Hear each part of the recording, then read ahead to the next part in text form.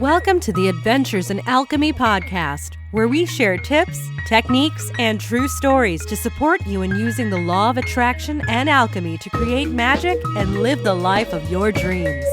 Here's your host, the founder of DailyAlchemy.com, Michelle Martin Dobbins. Hello, everyone, and welcome to the Ageless Living Revolution, where a woman can learn the keys to creating a vibrant, ageless life they love. And today, I'm delighted to have a very special guest with us, Michelle Martin Dobbins. Michelle is an author and a spiritual alchemist and a Reiki master who shares true stories of magic, creation, and love in everyday life on her blog, which is www.dailyalchemy.com. She supports people to transform their lives using love and joy. You can connect with her and get her magic question of the day and motivational snippets throughout the day on Facebook and Twitter. Her fiction writing has been featured in Woman's World magazine and Alfie Dog Fiction. Her ebooks, Personal Alchemy and Relationship Alchemy, are available on Amazon. She lives the life of her dreams in Simpsonville, South Carolina, with her husband and their 4 children. She spends her days homeschooling, running 2 businesses, meditating, writing, playing with their puppy, taking leisurely walks, eating chocolate, and sipping tea in whatever order feels best on any given day. Oh, that sounds really cool, Michelle. Welcome. So nice to have you here. Thank you for having me. Oh, you are welcome. My pleasure. Yeah. These books that you wrote, Michelle, this Personal Alchemy, that was actually a bestseller on Amazon, wasn't it? Yep. Yes. Yep. That's pretty cool.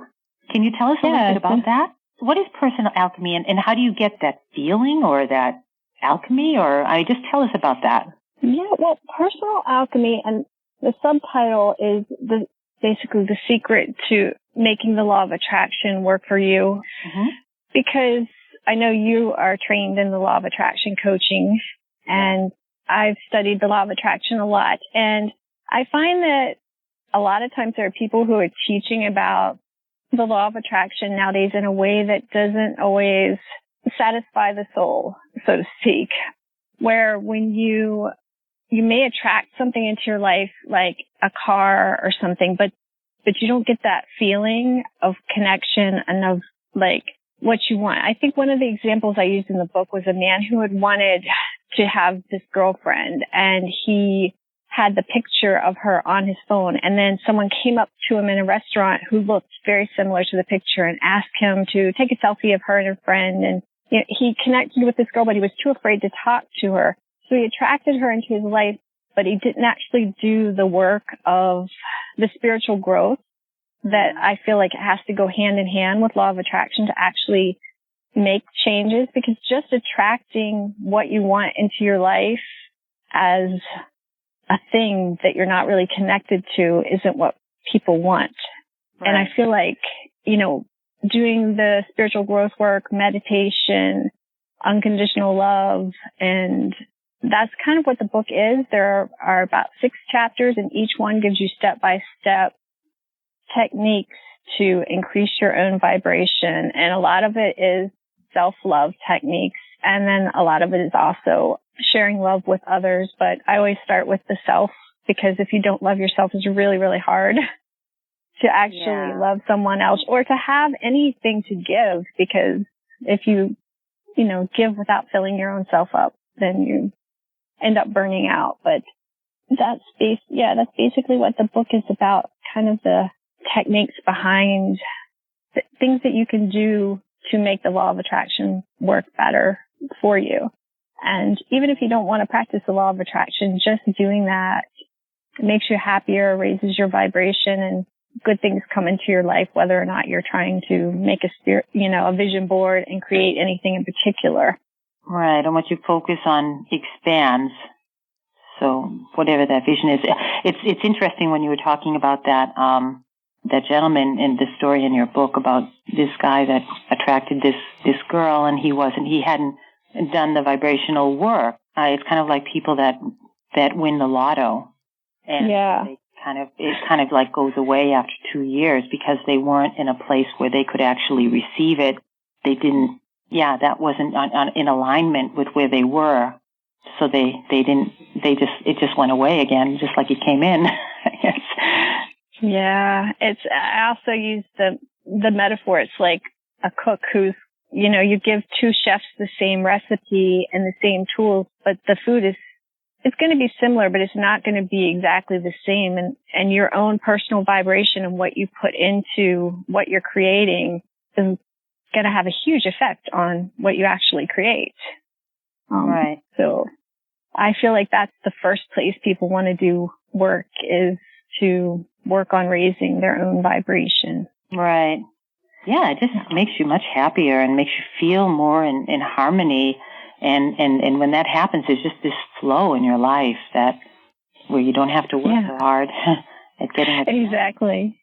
And you end up getting what you want without having to necessarily do a lot of techniques beyond just getting yourself happy. I know some people have written to me before and they're like, I say this affirmation 100 times a day and and nothing is happening. And I'm like, if you just say it and it does, it's a tool that is supposed to change how you feel and how your body is vibrating. But if you're saying it and doesn't raise your vibration and make you happy and make you connect with what you're trying to create in your life, then you need a different technique to focus on. That's not going to be the one for you. And so I think some people think that the law of attraction doesn't work for them because they want to do the follow one. I say this 100 times, or I put this picture on my wall and then I get it. And unfortunately, it's probably fortunately, you actually have to do the personal and spiritual growth work to really make a change. Right. It's probably not a bad place to start, but then realizing that doing your thoughts are creating your actions, and unless you get that whole thing about the resistance that you actually have, that slowly needs to soften before you can attract what it is that you want. Yeah, I think that's sometimes the biggest step. Just when you become aware that you're resisting something, it doesn't change automatically, but it sure becomes a whole lot easier to. Exactly. And the fact that you are, that nobody can really, if you have a feeling, then that's showing up. And so even when you have conflicts, that you have to look inside and find out what this conflict is all about inside of you. What's the resistance there that's creating problems in your life? Because it's like a mirror. Yeah. Definitely. What do you think, Michelle, that some of the gifts, what are some of the gifts that come from aging? When we're talking about the Ageless Living Revolution, what are some of the things that in your experience, I think part of it is just like what we were talking about. You start to see your own resistance, because I don't know about anybody else, but I know that I've told that same story over and over and ended up in the same situation over and over. And it finally starts after you've done it so many times through your adult life, and you finally come to realize what you're resisting. And so it makes that awareness makes it easier to make shifts and change. And then I think I guess there is a work to be done to get there, but time seems to make it easier to know ourselves and get more comfortable in our own skin. And I have to be honest too, for me, I spent many years wanting to be a writer, and I did a little bit of writing and very, very little of sharing any of my writing. And I started realizing, well, if I was going to be a writer, I'm going to have to put my writing out in the world. And so it was kind of like that, just you start realizing that you're not immortal. And if you want to have experiences and create things in the world, then you just have to jump in and do it. And it's so true. To me, it's been a huge blessing, because I feel like in the past 3 or 4 years, I created more than I did probably 10, 15 years prior, because I finally decided that what was I waiting for? Yeah. It wasn't just going to show up in your doorstep, and you're just going to oh yeah, this is the key. Yeah. It's this resistance thing again that just puts us into procrastination and thinking that, okay, well, once I get this, then I can start. Once I'm the expert at this. And so you stay in learning mode till you're about to drive yourself and everybody else crazy. And until you sit down and do the work, and even if it means, I guess we don't want to get punished. We don't want to punish, we know that it's going to be hard, so we're going to do everything to procrastinate, to not do the work that we know that our soul is calling, because it's kind of like a broken record that's in our head. If we don't do the work, the same thing is just going to be repeating again and again in our head, because it's our soul's calling that's telling us that we have to do the work. And once we get quiet enough to listen to it. Yeah, I think that's part of, as we start aging, the pain of not doing it becomes more painful than the fear of doing it. Absolutely. Right. And to me, that's a great gift, because when we're in our 20s, we think, oh, we don't have to rush. We don't have to hurry. We can do it. We can do it later. And I don't necessarily think we have to rush or hurry, but we definitely need to dive in and experience and enjoy and create, because that's what we're here for. Absolutely. Yeah. And it's this next kind of chapter, or whatever you want to call it, the next part of our life, when we've, that feeling that you know that this is important, and that it's just kind of something that you just have to move in that direction, and it's just much more eminent if you're going to stay happy, if you're going to live a joyful life. I think you just really wake up to that, and you get that feeling that this is it.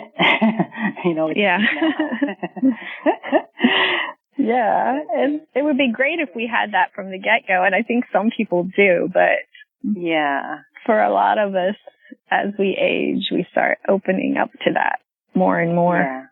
Yeah, and it's beautiful. It's really beautiful, because that the passion that you get for living, life just gets better, because you just appreciate, and you just appreciate what's coming your way more, and that's really those wonderful gifts. I mean, what kind of could you share some tips on achieving goals? I mean, with our audience as we age, about your personal experience, but also, I mean, some tools that you could recommend. Yeah, I have a few steps and a few tools that have helped me kind of shift out of, like you were talking before, that learning mode where we just keep taking in new information and don't take action on the information, because that's been a big cycle for me, and I've finally gotten to a point where I'm cycling more and more out of that and actually taking the steps to create.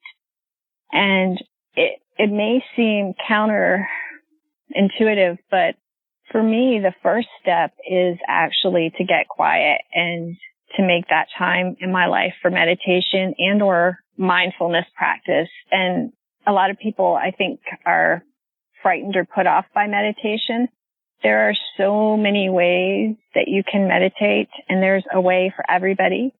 And even if you're a person who doesn't like to sit still, and that's just really painful for you to try to sit in lotus position, you don't have to do that. But just, even taking a walk every day and just being really present. I like to do mindfulness activities when I'm cleaning the house. So if I'm washing dishes, I like to just totally focus on those tasks.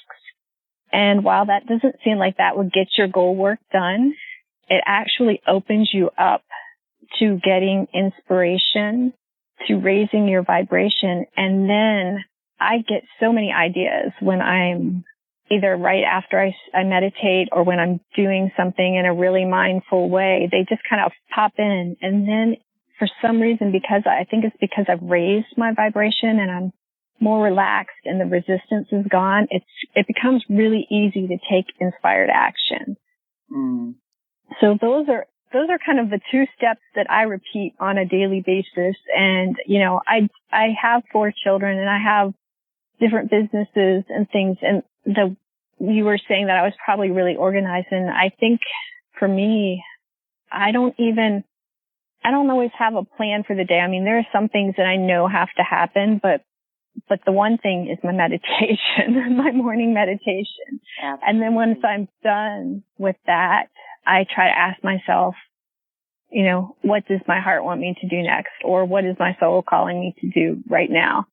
And, you know, sometimes, like I said, I know I have to drive one of my children somewhere or something. And I, you know that they have projects to work on, but I've found that following, you know, taking that quiet time and then following that inspired action, I just get more done. And it's kind of like you trick yourself. You get around the mind by doing that meditation. And then once that inspiration hits, you go and take action, because that keeps the resistance from creeping back in. You don't want to think about it too long. Follow what your heart's telling you to do. Exactly. Yeah. And I think another. Go ahead. Oh, go ahead. I was say another. Do you write anything down? If you keep a journal, or do you write any of these thoughts that come up when you're meditating, or afterwards? Do you do that? Yeah, I do. Yeah.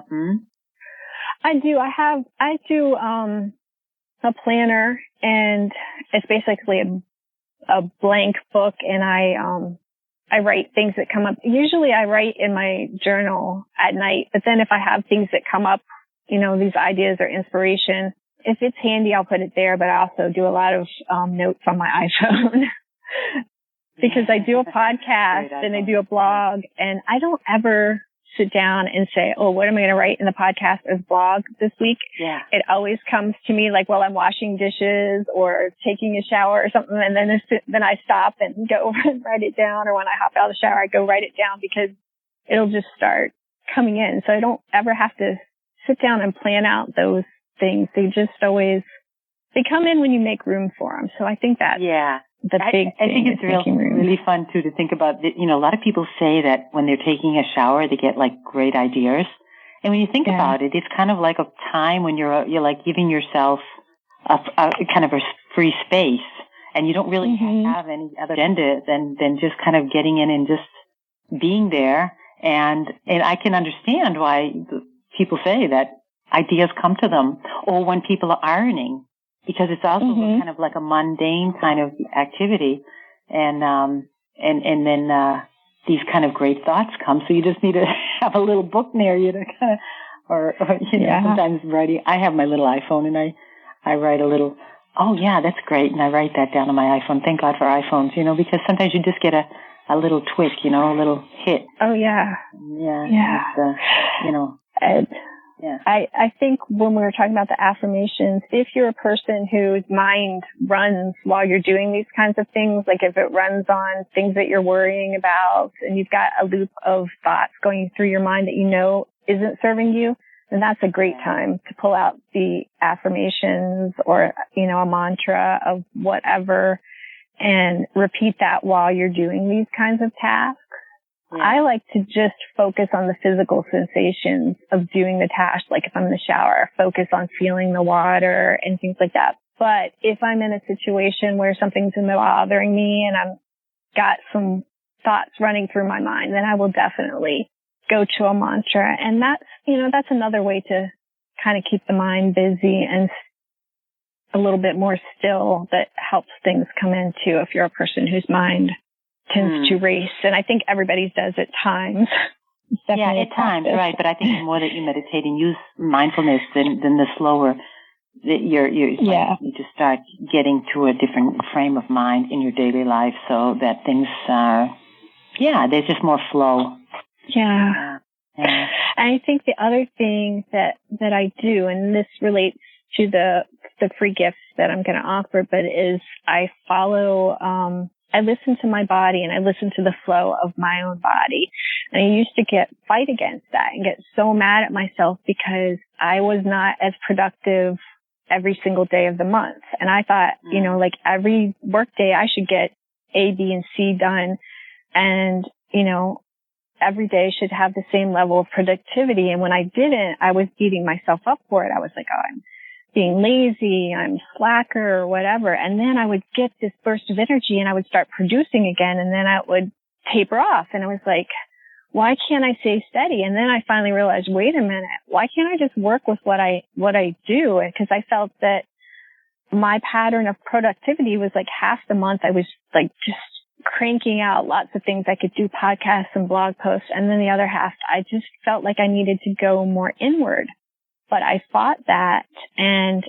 But when I stopped fighting it and actually planned out my month so that, the bulk of that creative work was during the time when I had more energy, and the bulk of being more feeling and nurturing and planning I did during the time of the month that I had less energy. And over time, I actually found that for me personally, and then I've talked to and taught other people, and I find that a lot of people do kind of follow this pattern, especially women, where when the new moon comes in, we get a lot of burst of energy to create. And then, so during that waxing phase of the moon, we're feeling very creative. And then once the full moon hits, we want to go in and be more introspective.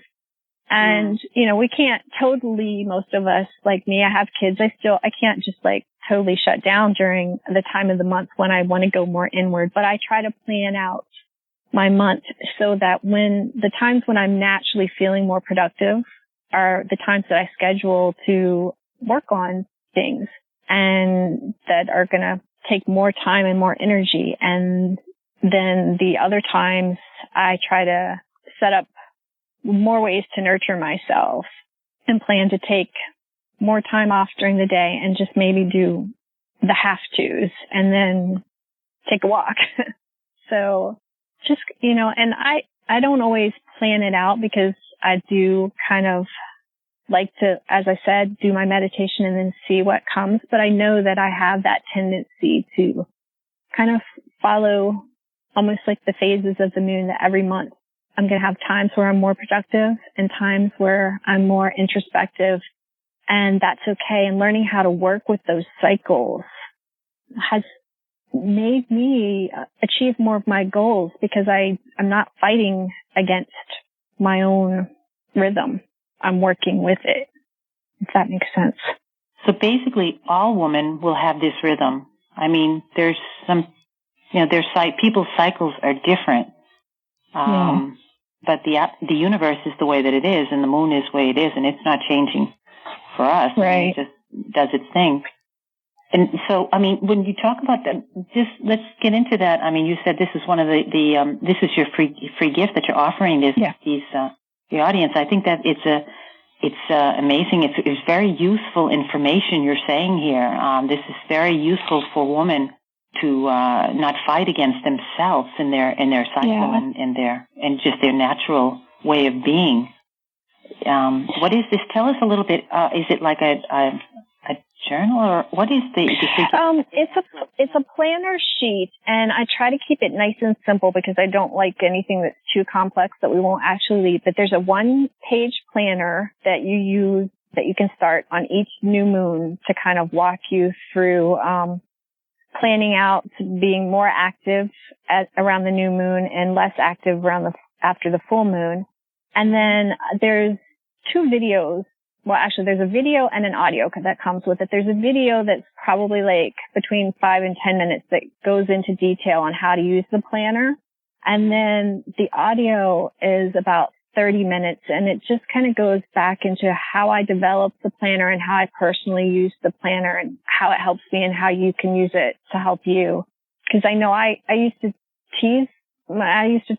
kind of talk down to myself and say that I was baby bipolar, that I would be really, really manic and doing all this stuff. And then I would be, down and depressed. And then I realized that was a story that I was putting on myself. I did have, times of the month when I was more productive and times when I was more introspective, but that wasn't a bad thing. It was a good thing. And when I followed that, rhythm, then I was happier and I met more of my goals. Yeah. So that's why I wanted to share it with others because, like you said, I think all of us women and probably men have some sort of natural rhythm, and a lot of us follow the cycle of the moon. And, we may be a little bit different or a little bit off, but it's such a blessing to give ourselves a break and let ourselves follow our body's natural rhythm and listen to what it's telling us. Because I don't think we're meant to like go gangbusters all month long, you know, so. Yeah. Then we're in big trouble. Yeah, then we burn out. That's total burnout. Yeah. Wow. And for our guests that would like to access their planner, you can look below this audio and you will find a link that you can click on to receive this wonderful gift and start using it. It's been an absolute pleasure to have you here today, Michelle, and to share your wisdom with us on some very important, very simple, and very important and empowering ways to live your life. And thank you for that. Oh, thank you. Thank you for having me. It's been lovely to chat with you and talk about my favorite things to talk about. Exactly. Could you please tell the guests, for those who would like to know how to get a hold of Michelle Martin Dobbins, could you please give them your website address so that they can find you? It's dailyalchemy.com. And, if you go to the website, up in the right-hand corner, there are links. If you want to send me an email or if you want to send me a message on Facebook or Twitter or all those little social media sites, you can link to really easy from dailyalchemy.com. Wonderful. Thank you. You're welcome. Thank you. Would you like some help creating more magic in your life? I've got a ton of freebies and goodies for you. They're all tucked away inside my magical freebie vault.